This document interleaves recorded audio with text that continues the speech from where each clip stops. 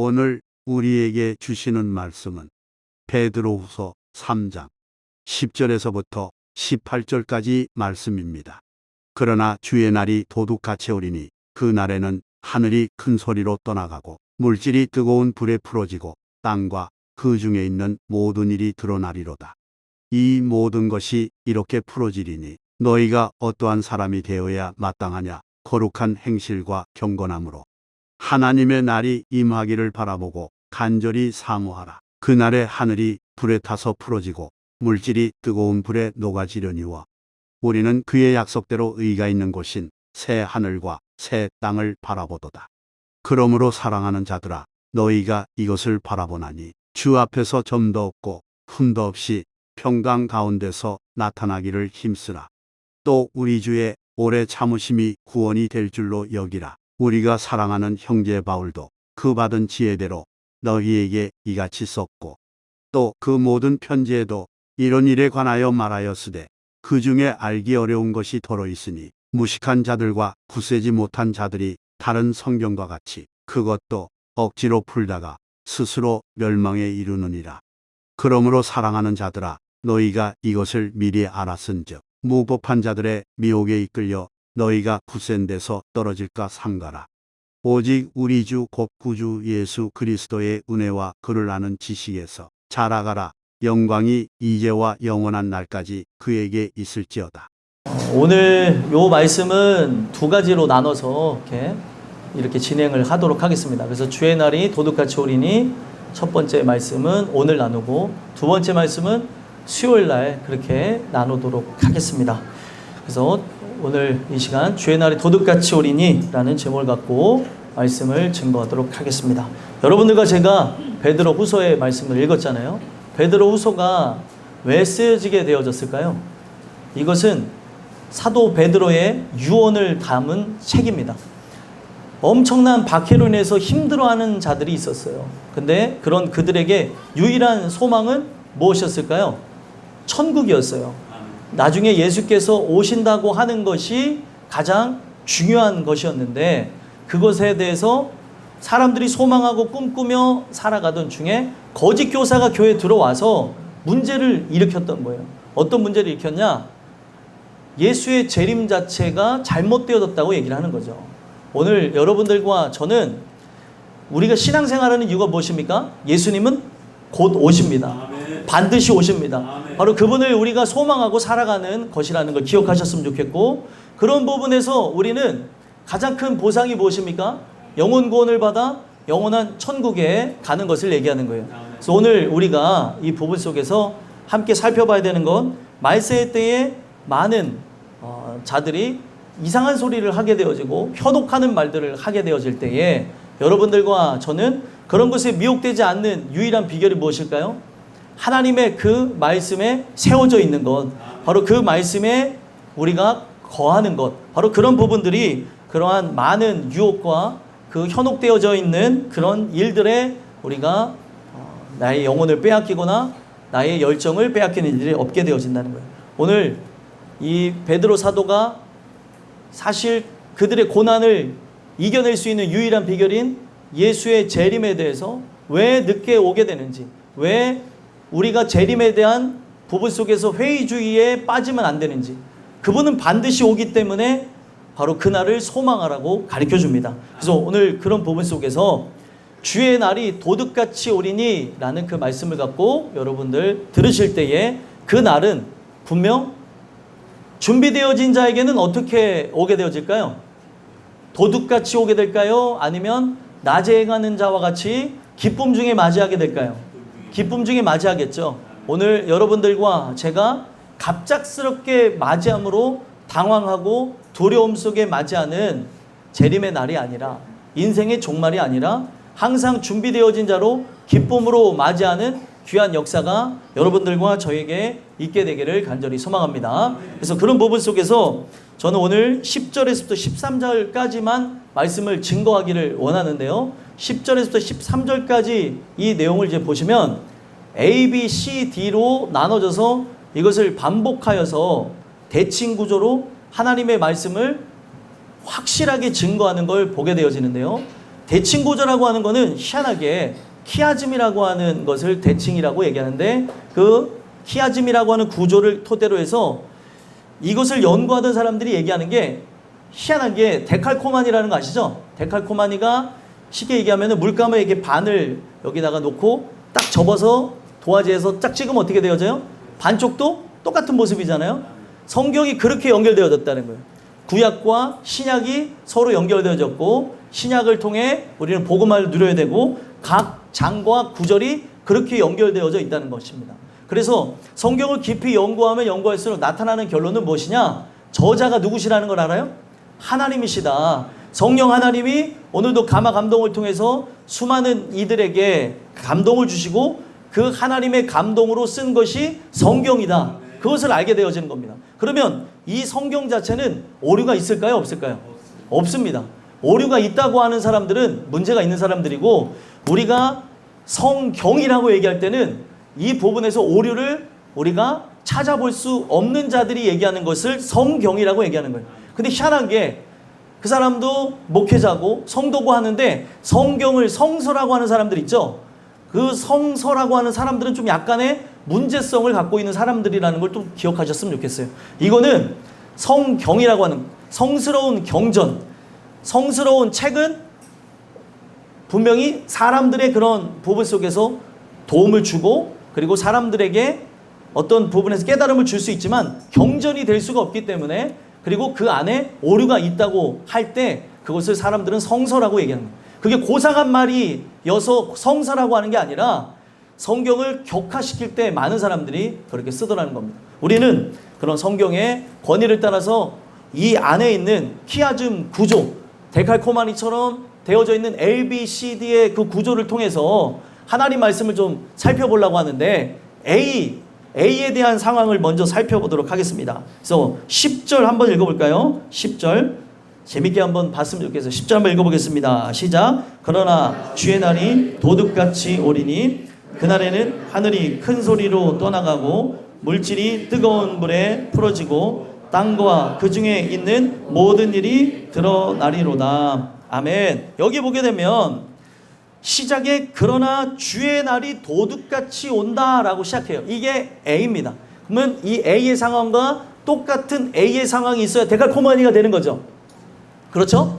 예, 데칼코마니 모르셔도 그냥 그렇다고 해주시면 돼요. 예, 이 주의 날이라고 하는 걸로 A가 시작됐어요. 그러면 또 다른 A가 존재해야 되는 것을 얘기하는데 자, 주의 날과 뭐가 이제 연관성을 갖고 있냐면 12절 한번 읽어보겠습니다. 12절 함께 읽어보겠습니다. 시작. 하나님의 날이 임하기를 바라보고 간절히 사모하라. 그날에 하늘이 불에 타서 흐러지고 물질이 뜨거운 물에 녹아지려니와. 아멘. 눈치가 빠른 분들은 여기서 캐치를 했을 겁니다. 주의 날의 대칭이 뭘까요? 예, 하나님의 날입니다. 하나님의 날. 자, 근데 이제 10절로 돌아가서 보시면 주의 날과 하나님의 날을 비교하는 거잖아요. 주의 날이 10절로 돌아가죠. 예, 10절로 돌아가서 보면 주의 날에 대해서 시작할 때 어떻게 온다고 얘기하고 있어요? 도둑같이 온다고 얘기해요. 도둑같이. 왜 도둑같이 오게 될까요? 준비가 안 됐으니까 깜짝 놀래게 오는 거죠. 그리고 도둑은 공통점이 있어요. 요즘엔 좀 대범한 도둑들은 낮에도 범행을 저지르지만 보통은 도 선생님들이 언제 움직이시죠? 밤에 움직입니다. 어떻게 아세요? 해보셨어요? 농담입니다. 자, 우리가 이 부분을 보게 되면 도둑은 자기가 지금 움직이는 것을 알게 하면 안 되니까 밤에 움직이는 걸 봐요. 그래서 예수님이 오시는 그때도 밤을 깨우고 새벽별로서 오신다고 성경은 얘기하고 있어요. 근데 갑작스럽게 오시는 분으로서 맞이할 사람이 있기 때문에 주의 날이 어떤 사람에게는 도둑같이 온다라고 얘기하는 거예요. 여러분들은 이 말씀을 들으면서 어떻게 이 얘기가 들려집니까? 도둑같이 맞이하시는 것처럼 들리세요? 아니면은 나는 낮에 행하는 자와 같이 빛 가운데 있다가 주님을 맞이하는 것 같습니까? 예, 빛 가운데 거주하다가 주님을 만나야 되는 것이 저와 여러분들의 삶이라는 거예요. 근데 중요한 거는 많은 사람들이 준비되어져 있지 않다 보니까 어떻게 맞이하는 거예요? 도둑같이 맞이하게 되는 일들이 있을 것임을 얘기하는 거죠. 그래서 여러분들 이 말씀을 들으시면서 기억해야 되는 거는 많은 사람들이 심판의 때가 가까이 오니까 많은 분들이 관심을 갖는 거는 전도에 있어요. 근데 그 전도보다 더 중요한 것은 성도들이 마지막 때가 가까이 오니까 전도하는 거는 당연한 거죠. 증인으로서 그 역할을 하는 건 당연한 거죠. 근데 성도라고 하면 뭐가 준비가 되어져 있어야 돼요? 주님을 만날 준비, 왕을 만날 준비가 되어져 있어야 되는 거예요. 근데 왕을 만나야 될 그 사람들이 만약에 준비가 되어져 있지 않다고 하면은 문제가 되어진다는 거죠. 어떤 사람은 지금도 예수님과 인격적으로 만나지 못해서 그분을 생각할 때 아무런 감흥이 없는, 지금 여기에 아이들도 함께 예배를 드리고 있지만 이 아이들 가운데서도 어린 나이지만 예수를 알게 되어져서 예수님을 생각하면 눈물을 흘리는 아이들이 이 자리에 있을 수도 있습니다. 근데 반면에 아무런 감흥이 없을 수도 있고, 이것이 청소년, 청년, 장년 그리고 임직자로 이렇게 옮겨간다 할지라도 그렇게 뜨거운 마음속에 주님을 기다리는 사람이 있는가 하면 뜨뜻미지근하게 아무런 감흥 없이 그렇게 하는 사람들도 있다는 거예요. 오늘 우리가 이 본문 속에서 생각해 봐야 되는 게 있어요. 뭘 생각해 봐야 되는 거냐? 주의 날이 도둑같이 오는, 여기 아이들이 지금 여기에 어떻게 해서 오게 되는지 모르지만 은혜 속에 하나님이 붙잡아가지고 여기에 오게 됐잖아요. 근데 이게 지금은 아직까지는 교회가 무엇인지도 모르고, 교회가 어떤 친구가 그러더라고요. 불교냐고 저한테 엊그저께 교회가 불교예요. 야, 너 진짜 교회에 대해서 안 들어봤구나. 예, 처음 들어봤다고. 그러게 환경을 봤더니 부모님이 교회를 안 다니시다 보니까, 종교에 대해서 가까이 하지 않다 보니까 불교가 교회인지 뭔지를 전혀 모르고 질문을 하더라는 거예요. 그래서 제가 분명히 여기에 어린아이들이건 노년에 계신 분들이건 준비가 되어져 있지 않는다고 하면 예수님이 오신다고 할 때 어떻게 될까요? 갑작스럽게 오는 걸로 준비가 안 돼 있기 때문에 그렇게 느끼게 될 것이고요. 그런 자들은 여러분들 두려움이 있을까요? 없을까요? 지금 여러분들 한번 스스로를 점검해 보시는데, 예수님이 지금 이 시간 예배 드릴 때 온다라고 할 때 마음에 두려움이 있다라고 하면은 예수님과의 내가 그런 관계가 회복되지 않은, 예수님을 아직 만나지 않은 상태라고 보시면 되겠어요. 예수님을 만나는데 성경은 의도적으로 우리가 어떤 상태로 만난다고 얘기해요? 의인을 부르러 왔대요? 죄인을 부르러 왔대요? 죄인이 되어진 자가 예수님을 만나는 거예요. 근데 교회를 다니면서도 내가 죄인 된 의식이 없다, 그리고 은혜 받았다고 해서 목이 곧아졌다, 그러면 그 사람은 은혜를 잘못 받은 겁니다. 은혜를 진짜 받았다고 하면 더욱더 겸손하고, 은혜 받은 죄인으로서, 의는 누가 주신 거예요? 하나님이 믿음도 선물로 주셨고 의롭게 여기신 것도 하나님이시잖아요. 그래서 하나님만 높이는 게 당연한 거예요. 우리가 한 게 있습니까? 없습니까? 아무것도 없어요. 근데 자꾸 많은 사람들이 교회 안에서 목이 곧아지고 그 사람이 자랑을 하고 있다. 이 교회를 내가 세웠다. 제가 사실 이 교회 기둥 한 2개 정도 세웠을걸요? 그런 사람들은 좀 조심해야 될 사람들. 내가 세운 게 아니고 하나님이 나를 통하여 하신 거죠. 그래서 결국에 누가 하신 거예요? 하나님이 하신 거예요. 그래서 내가 어떤 일을 하든지 간에 오른손이 하는 일을 왼손이 모르게 해야 되는데, 내가 하는 모든 부분에서 자랑하고 있다면 문제가 되어지더라는 거예요. 오늘 여러분들이 주님이 지금 오신다고 할 때 두려움이 있는 자들이라면 죄송하지만 예수님과 인격적인 만남이 없는 분이십니다. 그래서 주시는 은혜 속에서 그분을 인격적으로 만나기를 소망하고 은혜로 세워지는 역사가 있게 되길 간절히 소망합니다. 그러면 어떤 자에게는 도둑같이 임하는 것으로 오게 되어진다면 하나님의 사람들에게는 어떻게 되어질까요? 12절로 넘어가서 보게 되면 하나님의 날이 어떻게 된대요? 12절. 자, 하나님의 날이 임하기를 바라보고 간절히 사모하라. 자, 내가 하나님과 만난 사람이에요. 하나님과 만난 사람이면 두 가지 그 결론이 나는데, 어떤 결론이 나냐? 예수님이 나와 진짜 인격적으로 만났다고 한다면 예수님이 늦게 오셔야 될 이유 중에 두 가지가 있는데, 첫 번째는 어떤 이유가 있냐면, 왜 그가 늦게 오셔야 되냐면 내 가족이 아직 구원받지 않았을 때 늦게 와야 되는 거예요. 내 가족의 구원을 위해서 그분이 늦게 오시기를 바라는 마음이 있고, 또 한 가지는 예수님이 늦게 와야 되는 이유 중에는 어떤 사람은 예수님을 자기가 못 만나서 늦게 와야 되는 이유가 있어요. 그러면 만약에 내가 진짜 하나님을 만난 사람이에요. 하나님을 만난 사람이면은 사실 뭐를 항상 원하며 살아갈까요? 예수님이 지금 바로 이 순간에 오기를 원하지 않을까요? 그럼에도 불구하고 약간 늦게 오셔야 되는 것은 내 사랑하는 이들 때문이지 내 진짜 심정은 뭐예요? 오늘 왔으면 좋겠는 거예요. 그렇지 않아요? 구원받은 사람이면 내 자녀가 생각이 안 난다는 게 아니라, 내 부모가 안 난다는 게 아니라, 내 주변 사람이 생각 안 나는 게 아니라, 그것보다 더 중요한 게 뭐예요? 내 영혼이 정말 주님을 배우는 게 진짜 사실이라는 거죠. 지금 오셨으면 하는 마음을 누가 뭐라고 해도 갖게 되더라는 거예요. 그래서 그 날에 대해서 어떻게 되는 거예요? 하나님의 날이 임하기를 바라보고 간절히 사모하라 라고 얘기해요. 여러분들 이 말씀이 저는 은혜가 되어지는 이유가 무엇이냐면, 여기에 임하기를 바란다, 임한다는 게 무엇이냐면 파루시아라는 단어예요. 그러니까 하나님의 나를 바라보는 이유가 있는데, 바로 구원받은 백성은 그 날에 그가 왕으로서 오실 것이기 때문에 바라보게 된다는 거예요. 그러면 여기 중요한 내용이 있어요. 하나님의 날이 임하기를, 그가 이 땅에 강림하기를 간절히 원하는 사람은 그가 왕으로 오시는 것을 환영하며, 열렬히 환영하며 기다리는데, 그를 왕으로 모시려고 하는 이유가 무엇일까요? 그런 생각 해보셨어요? 우리가 왕을 기다린다고 하는데 그 왕을 기다리는 이유가 뭐냐는 거죠. 우리가 누구이기 때문에. 예? 우리가 누구예요? 우리가 왕을 기다리는데 그냥 일반 백성이 아닙니다, 여러분들.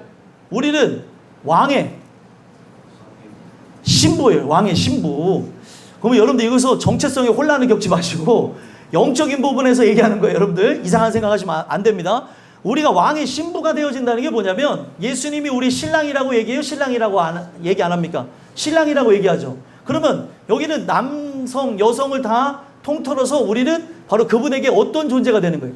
신부와 같은 존재가 되는 거죠. 그래서 만왕의 왕으로 누가 오십니까?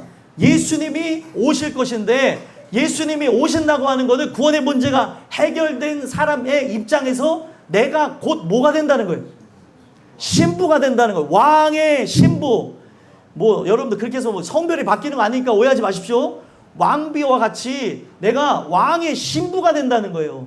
그러면 여러분들, 우리가 구원받은 자로서 예수님을 기다리는 이유가 왜 그런지 명확하죠. 나라고 하는 존재가 과거의 그런 육신의 그 신분과 그리고 서러움과 눈물과 고통이 다 이제 사라진 채, 나라고 하는 존재가 영원한 천국에서는 왕의 신부로서 그리스도와 함께 왕 노릇하며 살아가는 날이 오게 된다는 겁니다.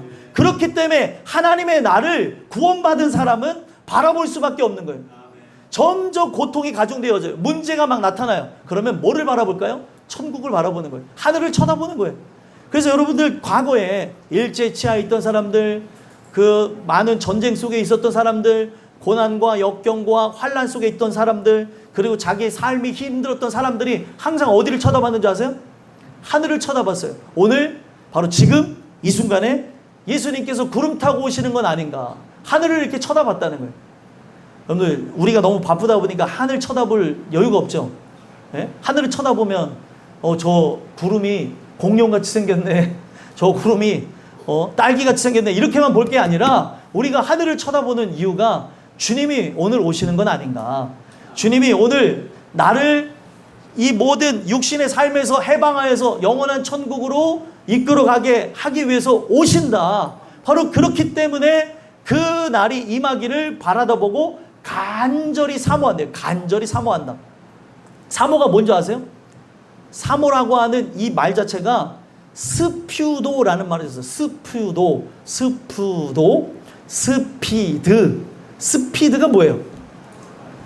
그러니까 스퓨도라는 말에서 스피드가 나왔는데, 스피드가 무엇입니까? 속도죠. 그러니까 빠르게, 간절히 라는 말이 붙게 되어진 것은, 그 사람이 사모한다고 하면 모든 부분에서 첫 번째가 빨리. 그러니까 순종은 내일 해야 될 거, 내일 모레 해야 될 거, 1년 뒤에 해야 될 거예요. 지금 해야 될 게 순종이에요. 구원의 문제는 지금 일어나야 돼요? 내일 일어나야 돼요? 10년 뒤에 일어나야 돼요? 죄송하지만 10년 뒤에 안 계실 분도 계십니다. 구원의 문제는 지금 일어나야 되는 거예요. 아이들이라고 해서 나는 오래 살겠지, 그런 생각 자체가 잘못된 생각이에요. 그래서 사모한다고 하는 그 마음 자체는 빠르게 움직인다는 거예요. 왜냐하면 사모하니까 빨리 움직이고 보고 싶고 먹고 싶고, 그러니까 만나고 싶고 그런 거 아니겠어요? 사모한다는 마음이. 그래서 스피드, 속도를 낼 수밖에 없다는 거예요. 그러면 간절히 사모한다는 게 그런 건데, 이 사람이 주님 만나고 싶다는데 예배를 드린 거는 1년 단위를 봤는데, 어떤 사람이 1년을 봤는데 1년에 몇 주가 되죠? 1년이? 52주인데 52주도 안 나왔어요. 그럼 그 사람이 52주도 안 나온 그 사람이 정말 하나님을 사모한다고 말할 수 있습니까? 없습니까? 수치로 말할 수 있는 건 아니에요. 통계로 말할 수 있는 건 아닌데, 사모함이 있다면 예배의 자리를 떠나지 않더라는 거죠. 우리가 예배를 사모해야 되는데, 그 예배에 나와야 되는데, 예배가 선택이 되어지는 사람, 예배가 저 뒷전인 사람들은 죄송하지만 사모할 마음이 없는 거예요. 그리고 내 영혼의 공고함을 느끼지 못하기 때문에 그런 거죠. 오늘 우리가 여러분들 예수님을 만날 사람도 마찬가지고 예수님을 만난 사람도 마찬가지입니다. 다 그분을 만나기를 원하는 그런 말씀은 그 마음은 동일하다고 저는 믿습니다. 그래서 우리가 구원받기를 원하는 사람도 예수를 만나야 되고, 오늘 구원의 문제가 해결된 사람도 예수를 만나는 게 당연한 거라는 거예요. 근데 오늘날 이런 것이 그리스도인들에게 없다면 그 사람은 죄송하지만 가짜라는 거예요. 스피드. 간절히 사모하는 게 나와야 바로 우리가 구원받은 자라는 것을 기억했으면 좋겠습니다. 이게 바로 A라고 하는 것이고요. B에 대해서 말씀드리겠습니다. B에 대한 말씀 10절로 다시 넘어갈게요. 10절 한번 또 읽어보겠습니다. 이게 이따가 다 보시면은 이 말씀이 이제 막 다 기억이 날 거예요. 10절 다시 읽어볼게요. 읽어보겠습니다. 시작.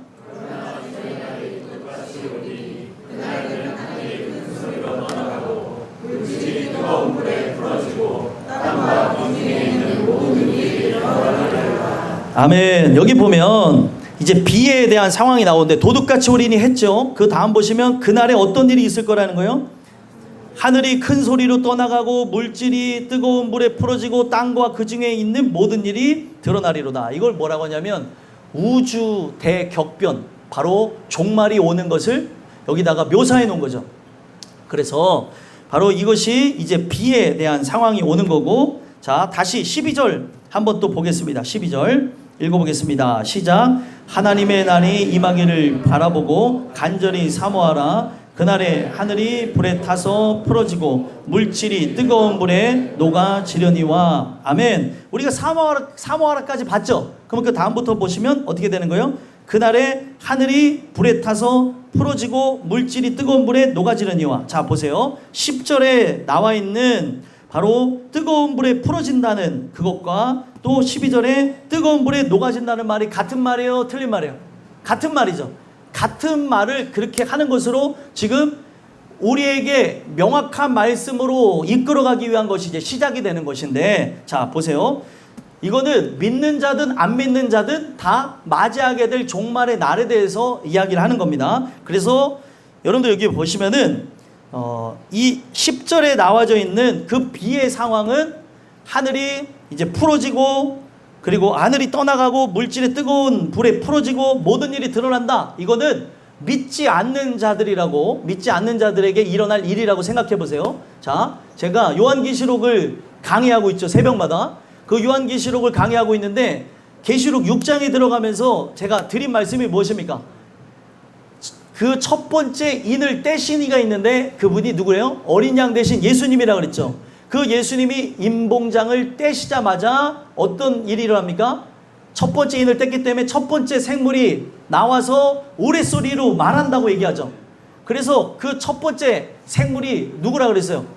사자와 같은 생물이라고 제가 말씀드렸죠. 근데 거기에 재미난 게 나와요. 그는 오라라고 얘기하는데 무슨 소리로 들린대요? 우레소리로 들린다는 거예요. 자, 지금 예수님이 오실 때가 가까이 오는 것을 보고 있습니다. 그래서 가까이 오는 걸 볼 때 세상 사람들은 지금 전쟁과 기근 그리고 많은 그런 고통과 고난의 세월을 보면서 무슨 소리를 사람들이 생각할까요? 공포스럽고 괴로운 우레소리로 보고 있어요.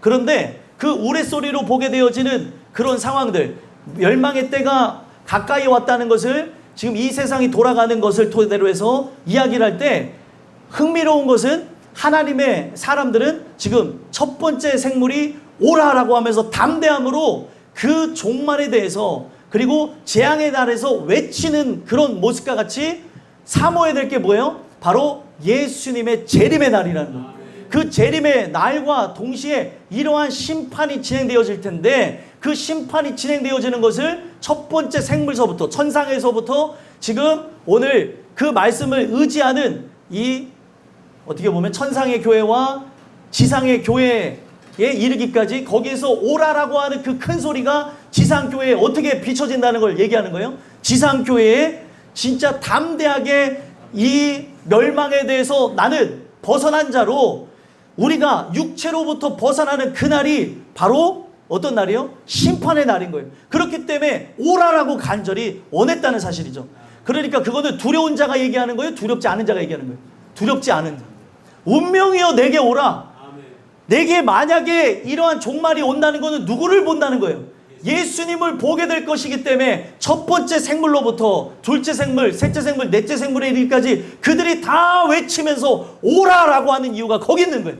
그러면 믿음의 사람들도 똑같이 세상 사람들과 같이 종말의 때야, 멸망의 때야, 야 이제 큰일 났어, 이제 우리나라도 저 유럽을 따라갈 거고 미국을 따라갈 거고 하면서 우리는 그런 걸 두려워해야 돼 라고 할 것이 아니라, 이런 모든 것들이 우리가 곧 있으면 주님을 만나 뵈올 때가 되었다는 사실을 알려주는 겁니다. 그러면 이런 것을 우리가 두려워할 게 아니라 어떻게 봐야 되는 거예요? 기쁨으로 봐야 되는 거죠. 야, 주님이 곧 있으면 오시는구나, 우리가 이제 주님을 배울 날이 가깝구나, 그걸 봐야죠.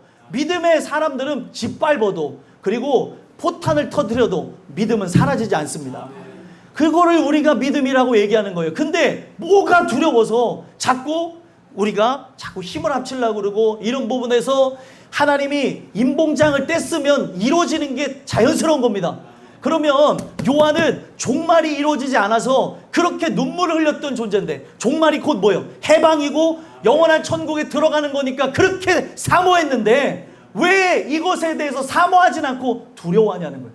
저는 우리가 성경적 세계관을 갖는다는 게 그런 거라는 거를 꼭 기억했으면 좋겠어요. 성경적 세계관이 없으면 기뻐해야 될 일을 두려워하면서 벌벌벌 떨고 있어요. 야, 이 세상이 오면 어떻게 하냐, 이런 세상이 오면 야, 화장실도 3개로 나눌 수도 있대. 뭔 소리 하는 거예요 도대체. 예? 여러분들 온다 치더라도 여러분들 두려워할 필요가 없습니다. 아, 주님 오실 날이 가까이 왔구나. 우리는 체감하고 준비되어지면 되는 거예요. 그래서 결국에 그날에 하늘이 큰 소리로 떠나간대요. 하나님이 일부러 보여주는 겁니다. 이거를 뭐라고 했냐면 표징이라고 얘기하는 거예요. 진짜가 일어나기 전에 보여주시는 걸 표징이라고 하는데, 임봉장을 때는 6째 그 인의 그 환상이 펼쳐지게 될 때 중요한 거는, 이거는 뭐예요? 큰 소리로 났던 우레소리와 같았던 그것은 뭐예요? 하나의 표징이었어요. 심판의 날에 엄청난 일이 있을 거라는 걸 얘기하는 거죠. 그래서 큰 소리가 날 것도 나는데 바로 물질이 뜨거운 불에 풀어지고 땅과 그 중에 있는 모든 일이 드러나리로다. 여러분들 이거는 뭘 상징하는 거예요? 불심판이 있을 걸 얘기하는 거죠. 얼마나 뜨거운 불이면 그 뜨거운 불에 풀어져서 다 사라져버린대요. 땅과 그 중에 있는 모든 일이 드러난대요. 그러면 여러분들 이 얘기를 들을 때 이게 어떤 것이냐면, 다 이 세상에 그 뜨거운 불 앞에 모든 것이 드러나고 사라지게 될 것인데, 그 사라지는 그 순간에 유일하게 남는 게 있습니다. 그게 바로 무엇입니까? 믿음이라는 거예요. 믿음이 무엇입니까? 불변하지 않는 하나님의 말씀에 붙어 있는 게 믿음입니다. 그 말씀은 영원한 거예요? 유한한 거예요? 영원한 거죠. 그 영원한 것에 붙어 있기 때문에 그 붙어 있는 여러분들의 그 믿음 또한 하나님이 주셨지만, 그 믿음과 여러분들은 영원토록 보존되는 겁니다. 아멘이십니까? 이해가 되세요? 그래서 왜 믿음을 가져야 된다, 이 말씀을 읽어야 된다, 말씀을 가까이 된다고 하는 이유가 거기 있는 거예요. 세상은 다 없어질 거예요. 근데 뭐만 남아요? 믿음만 남는다는 거예요. 믿음. 영원히 사라지지 않는 그 믿음, 말씀 위에 세워진 그 믿음만 남게 되어질 때, 믿음 위에 세워진 여러분들은 영원한 천국에 들어가게 될 줄 믿습니다. 뜨거운 불에 풀어지고 땅과 그 중에 모든 일이 드러날 것이다. 이게 믿지 않는 자들에게 심판이고, 또 12절로 넘어가서 보시면은 그날에 비에 대한 또 다른 상황이죠. 그날에 하늘에 불이 타서 풀어지고 물질이 뜨거운 불에 녹아지느니와. 똑같이 믿는 사람들에게도 나타나요. 믿는 사람들에게 나타날 때 모든 것이 다 드러나고, 죄악이 드러나고, 그 사람의 실상이 드러나는 거예요. 근데 그 드러날 때 여러분들이 믿음이 있다면 이 믿음은 불로도 없앨 수 있습니까? 없습니까? 믿음은 불로도 없앨 수 없는 게 믿음이에요. 아멘이십니까? 그래서 모든 물질이 뜨거운 불에 녹아지려니와 이렇게 써 있어도 두려워요, 안 두려워요? 안 두려워야 되는 게 정상이에요, 여러분들. 근데 왜 요한계시록 보면서 왜 이렇게 뭐 공포영화 보는 것처럼 이야, 이런 일이 일어나면 어떻게 하지? 여러분들, 우리는 이런 일이 일어나든 말든 내가 진짜 구원의 문제가 해결됐으면 이 부분은 여러분들 세상을 향한 심판, 그리고 세상을 향한 하나님에 대한 철퇴이고, 그 세상이 그 멸망함과 동시에 우리는 보존받아 구원함을 받을 것이라는 거예요. 그래서 성경의 부활 생명 여러분들 믿으십니까? 그러면 우리는 죽어도 살겠다고 하는 그걸 믿어야 돼요? 믿지 말아야 돼요? 믿어야 되죠. 죽어도 살겠고 무릇 살아서 믿는 자는 영원히 죽지 아니하리라. 우리가 그것을 좀 꿈꿔보자고요. 우리 대에 정말 주님을 우리가 볼 수 있는 그런 역사. 물론 내가 그렇게 소망한다고 해서 주님이 우리 대에 안 오실 수도 있지만 우리가 많은 부분이 있는데 진짜 예수님의 그 재림을 우리 당대에 보게 되어지면 여러분들 성경 속에 죽음을 보지 않고 하나님 앞에 부름받은 두 사람이 있죠. 누가 있습니까? 엘리야하고 에녹이 있죠. 그 다음에 누가 되는 거예요, 그러면? 예, 김시종 권사님이 되는 거고, 또 제가 되는 거고, 예, 뒤에 있는, 예, 이희자 목사님하고 민은숙 권사님 되는 거고, 아멘 하신 분들에게 그런 역사가 있을 것이라 저는 믿습니다. 아니, 그래도 혹시나 죽었어요. 죽어도 산다잖아요. 이거는 중요한 게 아니에요. 죽음이라고 하는 걸 초월하게 되는 거죠. 그래서 여러분들 죽음을 초월한 사람처럼 무서운 사람이 없습니다. 근데 우리는 죽음을 초월했는데 막 벌벌벌벌 떨고 있어요. 오늘 저는 저기 이따가 청안교회 가서 간증을 하는데 저라고 하는 존재가 예수님을 만나게 됐던 이유가 있어요. 왜 예수님을 만나게 되었느냐? 죽은 사람을 제가 세 사람을 봤어요. 오토바이 사고로 죽은 사람을 초등학교 2학년 때 보게 되면서 맨날 밤마다 찾아오는 거예요. 맨날. 그리고 밤마다 그 꿈에 나타나고 눈 떠서 화장실 가도 있고 거기에 화장실 들어가면 손은 들고 있어요. 경험 안 해보셔서 이게 뭐 그러는데 아무튼 그 모든 부분을 제가 어린 나이에 경험하기가 이 어려운 걸 경험하다 보니까 하나님 앞에 기도하는 거죠. 저런 것들은 다 허상인데 저를 두려워하는 게 잘못되어진 건데 주님 도와주세요. 주님 저런 것들이 사라지게 하시고 하나님 만나서 이런 모든 것으로부터 이제 벗어난 구원받은 자로 이기게 해달라고 기도하던 중에 6학년 1학기 때 하나님을 만나게 되는 거예요. 그러면서 그런 모든 현상이 싹 사라지고 그 과정 속에서 저희 부모님이 이거를 해결해 주려고 전국에 안 다녀본 곳이 없는 기도원을 다 다녔어요. 어렸을 때. 왜냐하면 이 문제가 해결이 안 되는 거예요. 목사님한테 가서도 해결이 안 되고 그리고 맨날 제가 7살 때 이후로 어떤 일이 일어났냐면 지옥에 대해서 두려워서 막 부들부들 떠는 현상 막 그런 현상들이 자꾸 일어나니까 애가 학교 가야 되는데 울고 있어요. 왜 우니? 부모님도 답답한 거예요. 왜 우니? 그랬더니 또 그러니? 그랬더니 뭐가 또 그래? 그랬더니 지금 저 문 밖에 나갔다가 죽으면 지옥 갈 텐데 아직 예수님을 못 만났는데 어떻게 하면서 울고 있으니까 처음에는 부모님이 보셨을 때 때리기까지 하셨어요. 이게 장난인 줄 알고. 근데 때려도 뭐라고 해도 안 되는 거예요. 막 엉엉 울고 못 가겠다고 하니까 구슬려서 막 그렇게 가고 또 가고 막 울고 돌아다니는 거예요. 그렇게 어렸을 적을 제가 보냈습니다. 그래서 그걸 이따가 잠깐 이렇게 간증하는 시간을 가지려고 하는데 여러분들 우리가 이런 부분에서 구원함을 받게 되잖아요. 구원함을 받게 되어지면 여러분들 귀신이 무섭겠습니까? 사탄이 무섭겠습니까? 종말이 무섭겠습니까? 오늘 예수님을 만났는데 몸과 영혼을 능히 멸할 존재가 나의 모든 부분에서 사망 권세로부터 벗어날 수 있도록 우리를 구원하셨는데 나를 구원하셨는데 뭐가 두렵겠냐는 거예요. 죽음도 두렵지 않습니다. 그래서 지금 우리가 그런 모습으로 나가야 될 것을 얘기하고 있는 것이 바로 비의 상황이다라고 보시면 되고 이제 시의 상황을 보겠습니다. 시의 상황. 자, 11절 한번 읽어보겠습니다. 11절 읽어보겠습니다. 시작. 이 모든 것이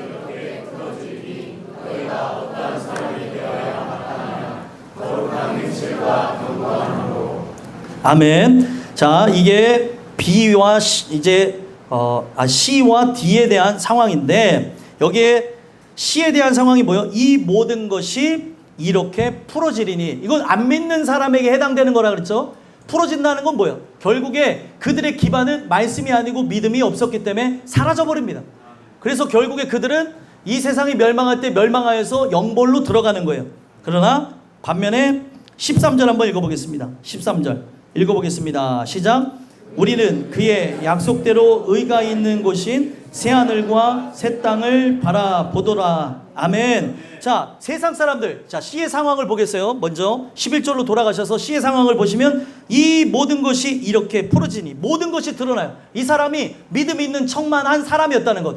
죄송하지만 권사님, 집사님, 그리고 장로님 중에도 척척척하는 연기하는 사람들이 있을 수 있고, 청년들 중에도, 청소년들 중에도, 아이들 중에도 은혜 받은 척하면서 앉아 있을 수도 있고, 그리고 목회자 자녀일지라도, 그리고 나라고 하는 존재가 사역자일지라도 은혜 받은 척하면서 숨길 수 있습니다. 근데 그날은 다 드러나는 거예요. 모든 일이 드러날 것이다. 내가 진짜인지 가짜인지가 그때 드러날 것인데, 불변하지 않는 그 믿음을 갖고 있었던 사람들은 불로 이 세상이 없어진다 할지라도 그 믿음은 영원한 것이기에 존재할 것입니다.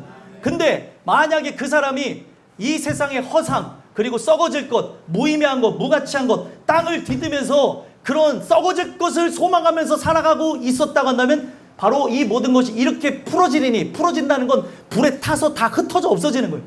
제가 아직까지도 지금 충격이 되어지는 게, 포항제철에 갔을 때 그 용광로처럼 달궈진 그곳에 이제 아저씨가 설명해 주려고 이것저것 집어넣는데 다 타서 없어지더라고요.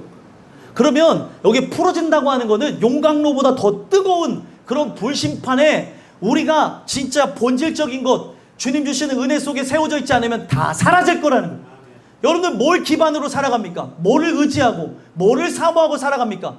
여러분들이 사모해야 될 분은 하나님 한 분이신 줄 믿습니다. 근데 하나님을 사모하며 나가야 될 존재인데 막 쓸데없는 것, 그리고 무가치한 것, 무의미한 것, 모든 것이 다 사라진대요. 사람도 사라지고, 여러분들이 어떤 사람들을 보면, 이 세상 사람들을 볼 때 정말 안타까운 게, 어떤 제품이 출시한다 그러면은 2박 3일 자면서까지 텐트 치고 그거를 꽂으려고 하는 걸 봐요. 그게 뭐예요?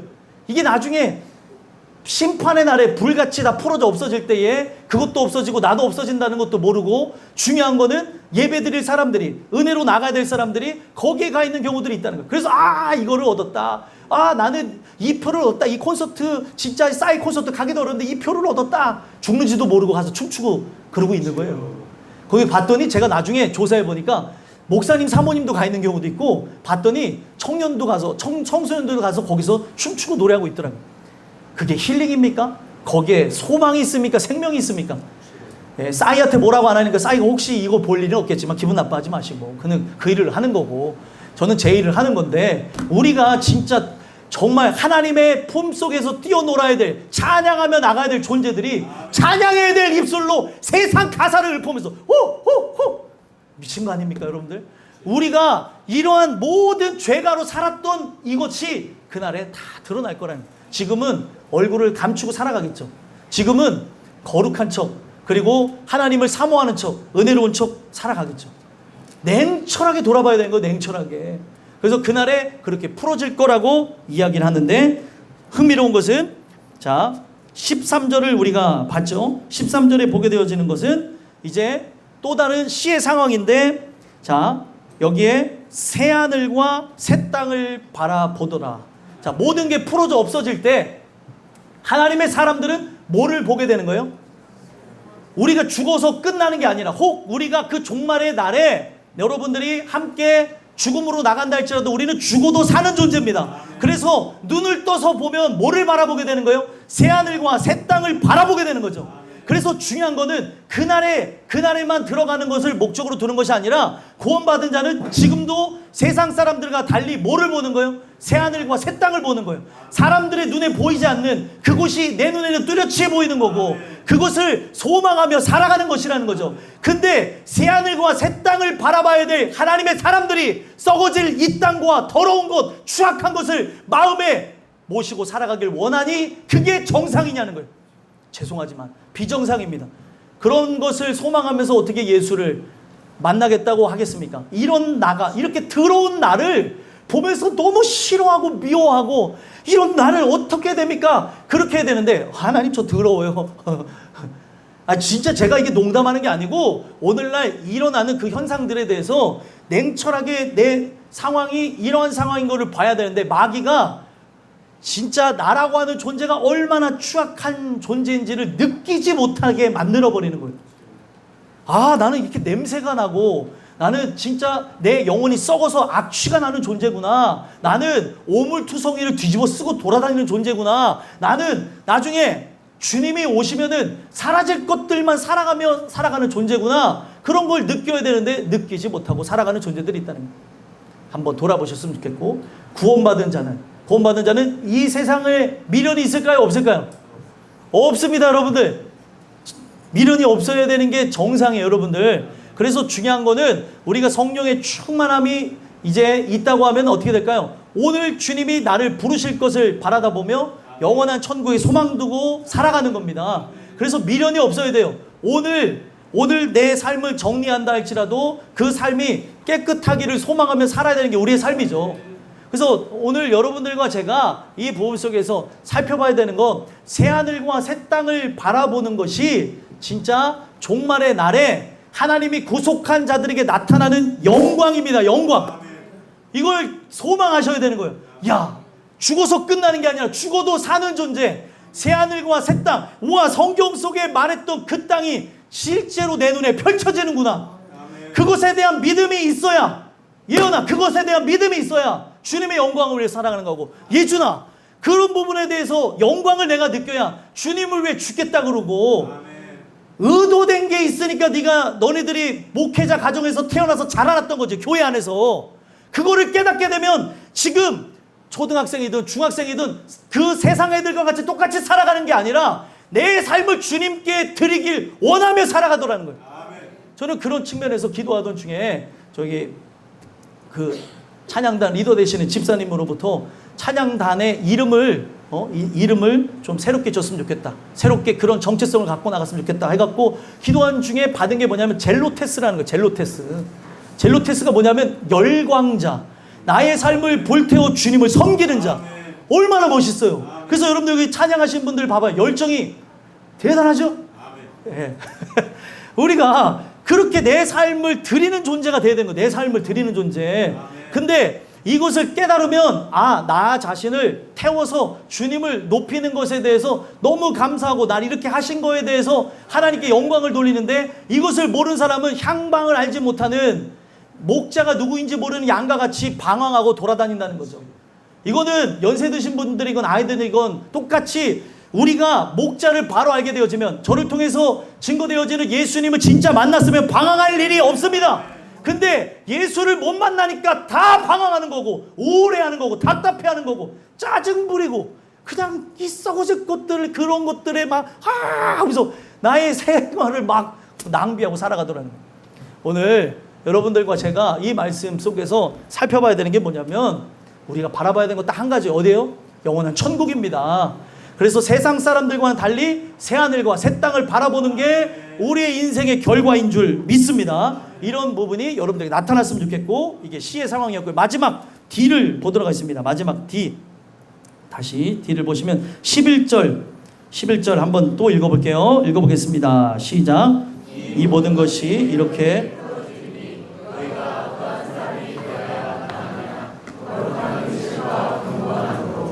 아멘. 자, 13절 다시 한번 읽어볼게요. 읽어보겠습니다. 시작. 그의 약속대로 의가 있는 곳인 새하늘과 새 땅을 바라보도다. 아멘. 자, 이제 아까 믿지 않는 사람들은 이 세상이 멸망하는 것과 동시에 풀어져서 없어지는 걸로 끝났어요. 근데 하나님의 사람은 어떻게 됐습니까? 새하늘과 새 땅을 바라보게 되어졌죠. 그러면 우리가 새하늘과 새 땅을 바라보길 원하는 사람들은 어떻게 되냐? D입니다. D는 결론이에요.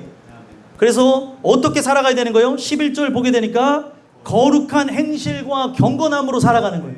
아멘이십니까? 거룩한 행실이 과연 무엇일까요? 하나님의 뜻을 이뤄가는 거죠. 내 뜻이 아닙니다. 아버지 뜻이 과연 무엇일까? 나를 이런 직장에 보내신 이유가 있고, 학교에 보내신 이유가 있고, 사람을 만나게 하신 이유가 있고, 또 안 되게 하실 때도 하나님 뜻이고, 되게 하실 때도 하나님 뜻이고, 이 부분에서 내가 하나님의 사람으로 반응해야 될 것이 있는데 주님 도와주시옵소서. 거룩한 행실이라는 건 바로 그와 같은 것이라는 거죠. 근데 거룩한 행실로 반응해야 될 사람들이 아무런 생각이 없는 거예요. 나라고 하는 존재가 정신을 바짝 차리고 있어야 그 단체에 들어가서 그 또래 집단에 들어가서 그 아이들을 선도하고 그 복음으로 변화시키는데 그런 부분들이 나타나지 않는 경향들이 있더라는 거예요. 여러분들 중요한 거는요, MBTI에 따라서 여러분들 사역하는 것 같아요? 혈액형에 따라서 사역하는 것 같아요? 아닙니다. 성령 받으면 다 우리는 외향적인 그런 면을 갖게 됩니다. 저는 믿지 않으시겠지만 굉장히 내향적인 사람이에요. 제 아내가 증명합니다. 혼자 있는 걸 좋아하고, 예? 근데 이제 하나가 있는 거죠. 제 아내. 그래서 제 입만 보면 알겠지만 저는 입이 쉬지를 않는 사람이에요. 그런데 감사한 거는 시끄럽지 않다 그러더라고요. 시끄러우면은 골치 아픈데 계속해서 입을 열면은 복음에 대해서 그렇게 얘기하니까 덜 시끄러운가 보다 하고 이렇게 위안을 받고 살아가는데, 그래서 제가 어딜 가든지 간에 그런 얘기를 하니까 친구들이 어느 날인가부터 저를 빼놓고 다른 카톡방을 파기도 하고, 이 세상 친구들 얘기하는 거, 교회에서 같이 신앙생활 했는데 저는 목회자가 되고 얘네들은 교회를 안 다니는 친구들이 있거든요. 어느 순간에 보니까 저는 거기서 나와져 있는 다른 방이 존재하기도 하고, 그리고 또 한 방에 존재하나 제가 말하기 시작하면 아무도 말을 안 해요. 왜 그럴 것 같아요? 웃기죠? 예? 말이 많은데 합당한 말을 하는 거야. 맞아. 말이 많은 건 맞아. 근데 어떤 말을 하냐면, 오늘 교회 갔다 왔니? 친구들이 전국에 다 같이 흩어져 살고 있어요. 근데 그때 진짜 열심히 기도했던 친구들인데, 뭐 얘네들 뭐 바쁘다 뭐하다 하다 보니까 어떻게 하다 보니 다 지금은 막 술 먹고 담배 피고 이렇게 살아가는 게 당연한 것인 것처럼 살아가고 있어요. 제가 말하는 거는, 여러분들 우리가 예수를 진짜 인격적으로 만나기 이전에는 술과 담배를 하실 수도 있습니다. 그래서 여러분 교회 나올 때 술 담배를 할지라도 계속 말씀 듣다 보면 어느 순간인가 이 부분에서 끊어지게 되는 날이 오게 되는 거죠. 아멘으로서 이렇게 두 분이 이렇게 실상을 이렇게 보여주셨잖아요. 과거에는 그럴 수 있어요, 여러분들. 근데 예수님을 만나게 되면 이제는 이거로부터 벗어나는 거죠. 근데 그 친구들이 어떻게 하냐? 제가 이제 말만 하면은 조용한 거예요. 야, 유선이 또 얘기 시작했다. 친구들이 지금 볼 수도 있어요. 그래서 유선이가 또 얘기 시작했는데 우리 또 오늘도 혼나야 돼. 야, 그러니까 니네들 교회 잘 가라고. 그래서 제가 맨날 친구들한테 뭐라고 했더니, 어떤 친구가 진짜 간만에 수요 예배를 갔다고 거기다가 교회 사진하고 해서 올렸더라고요. 근데 제가 바빠서 칭찬을 못 해줬어요. 그거 오늘 설교를 하니까 생각이 나네. 칭찬해줘야겠네. 아니 그게요, 여러분들, 그러니까 이게 놀라운 일인 거예요. 그러니까 이 친구가 이제는 교회 갈 일이 없는데 교회를 오래간만에 갔대요. 한 뭐 10몇 년 만에 갔는데 너무너무 좋은 거예요. 뭐가 들리거나 뭐 이게 아무것도 없는데도 그냥 좋은 거죠. 오늘 여러분들 이 교회 오신 거 그냥 좋지 않으세요? 근데 우리가 좀 더 지나다 보면 어떻게 그냥 좋은 게 아니라 이제 말씀이 명확하게 들려야 되고, 그 말씀 속에서 우리가 죄인됨을 알게 되어지고, 하나님 앞에 내가 회개할 것이 있는 죄인인가를 돌아다 보시고 거듭나게 되어질 때 우리는 이제는 거룩한 행실과 경건함으로 살아가야 될 줄 믿습니다. 거룩한 행실이라는 건 뭐예요? 그리스도인으로 살아가는 거예요. 그리스도인으로 세상 앞에. 그러니까 그리스도인이라면 어떻게 살아가야 되는가? 규모 있고, 그리고 많은 사람들에게 덕망받는, 인격이 과거에는 낮을 수도 있어, 예수를 믿기 전에는. 근데 예수를 믿고 난 다음에는 우리는 신격을 갖춘 존재가 돼야 되는 거 아니에요? 인격 위에 예수님이 내 속에서 역사하시는 부분이 나타나야 되는데, 아직까지도 막 세상 사람보다 더한 사람이 나라고 한다면 예수님이 내 안에 살아계신가를 보셔야 되는 거고, 그것이 이제 거룩한 행실, 그리스도인으로서의 삶의 그 드러나는 모습을 얘기하는 거고요. 경건함이라는 건 무엇입니까? 이거는 유세베이아라는 단어에서 왔어요. 유세베이아는 두 단어로 합성입니다. 유라고 하는 좋은이라는 단어, 그리고 세보마이라고 하는 바로 예배하다라는 단어에서 왔어요. 경건은 결국에 뭐예요? 좋은 예배. 그러니까 좋은 예배라는 건 뭐예요? 여러분들의 삶의 예배라고 하는 거는 늘 지속돼야 되는 거고, 좋은 예배가 무엇입니까? 이 현장에서만 예배 드리는 게 좋은 예배가 아니라 이 예배를 드림으로 삶의 예배가 지속돼야 되는 거예요. 그런데 삶의 예배자로 여러분들이 살아가기 위해서는 이 공중 예배, 현장에서 드리는 예배를 가까이 하지 않고서는 불가능합니다. 우리가 이 예배에 목숨을 걸어대는 이유가 바로 거기 있는 거예요. 오늘 이 메시지를 통해서 여러분들과 저는 바로 거룩한 행실과 경건함으로 좋은 예배자로 그렇게 살아가는 역사를 통해서 하나님의 은혜가 나타나길 간절히 소망합니다. 그럼 결론은 13절에 어떻게 될까요? 우리는 그의 약속대로 의가 있는 곳, 바로 의가 있는 곳에 어떻게 된다는 거예요? 거주하게 된다는 거예요. 약속대로 의가 있는 곳. 이 세상에서 보지 못했던 의를 이루신 분이 계시죠? 로마서에 보니까 하나님의 의가 나타났다 그랬죠. 하나님의 의가 누구예요? 예수님이시고 그 하나님의 의가 사람들의 눈앞에 발현되어진 게 무엇입니까? 십자가의 죽으심입니다. 십자가의 죽으심을 통해 옳은 것이 뭔지를 명확하게 보여줬어요. 그리고 모든 부분에서 다 이루신 그분이 지금 어디에 가 계세요? 영원한 천국에 가 계십니다. 그래서 중요한 것은 뭐예요? 이 땅 가운데서 여러분들이 십자가를 바라보고 십자가를 경험한 사람은 십자가의 전신인, 십자가의 실체이신 예수님을 어떻게 될 겁니까? 보게 되는 날이 오게 될 줄 믿습니다. 의라고 하는 것은 보여준다는 단어에서 왔어요. 그래서 하나님의 의를 보여준 게 십자가의 사랑이었고 십자가에서 베푸신 은혜였다고 한다면 지금 우리가 예수님을 믿고 의지한 자가 결국에 의와 함께 그곳에서 약속대로 영원토록 거주하게 되는 날이 오게 되는 거예요. 아멘이십니까? 그래서 제가 오늘 여러분들에게 ABCD로 말씀드렸어요. 그러면은 이 ABCD가 어려워요? 어렵지 않아요? 어렵지 않잖아요.